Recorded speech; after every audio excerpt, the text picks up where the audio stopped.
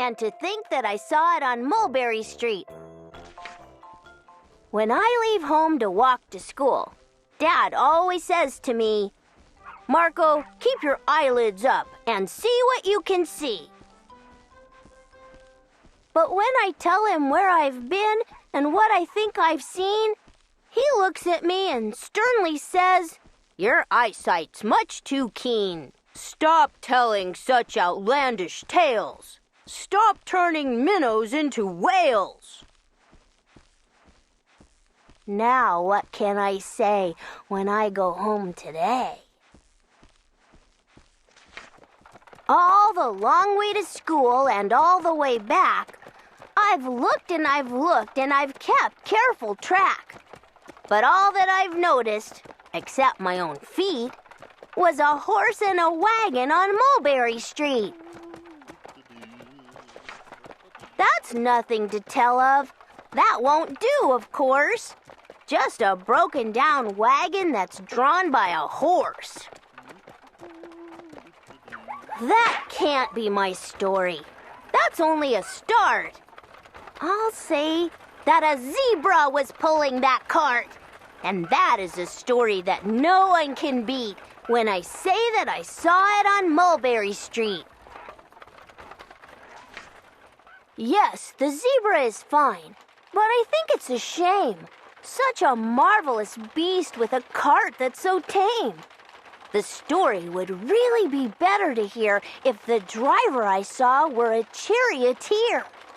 A gold and blue chariot, something to meet, rumbling like thunder down Mulberry Street.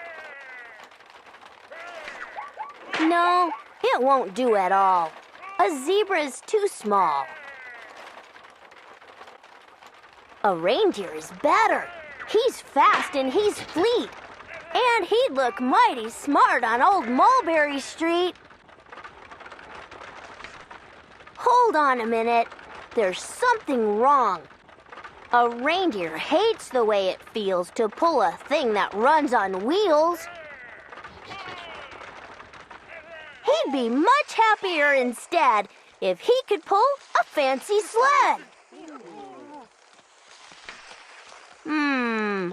A reindeer and sleigh. Say, anyone could think of that. Jack or Fred or Joe or Nat.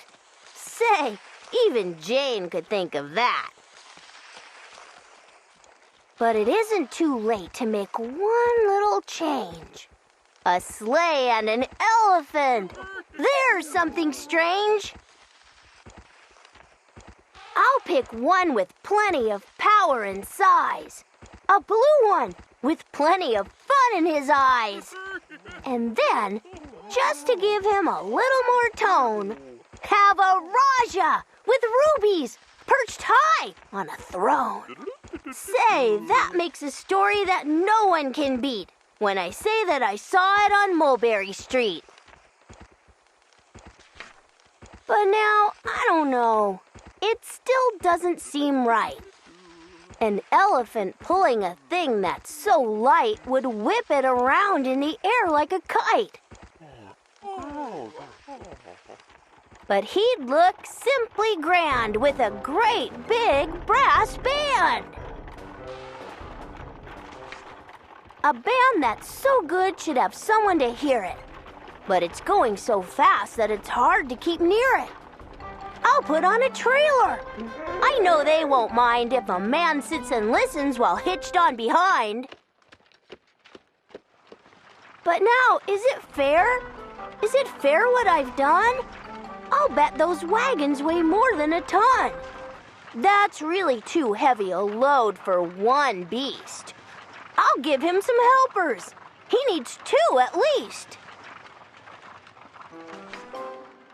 But now what worries me is this. Mulberry Street runs into bliss. Unless there's something I can fix up, there'll be an awful traffic mix-up.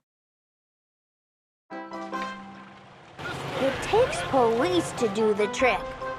To guide them through where traffic's thick, it takes police to do the trick. They'll never crash now. They'll race at top speed with Sergeant Mulvaney himself in the lead. The mayor is there and he thinks it is grand, and he raises his hat as they dash by the stand.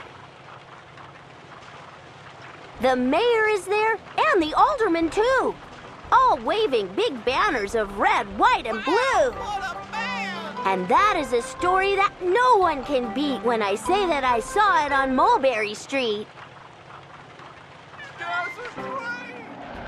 With a roar of its motor, an airplane appears and dumps out confetti while everyone cheers. And that makes a story that's really not bad. But it still could be better. Suppose that I add a Chinese man who eats with sticks, a big magician doing tricks, a 10-foot beard that needs a comb. No time for more, I'm almost home.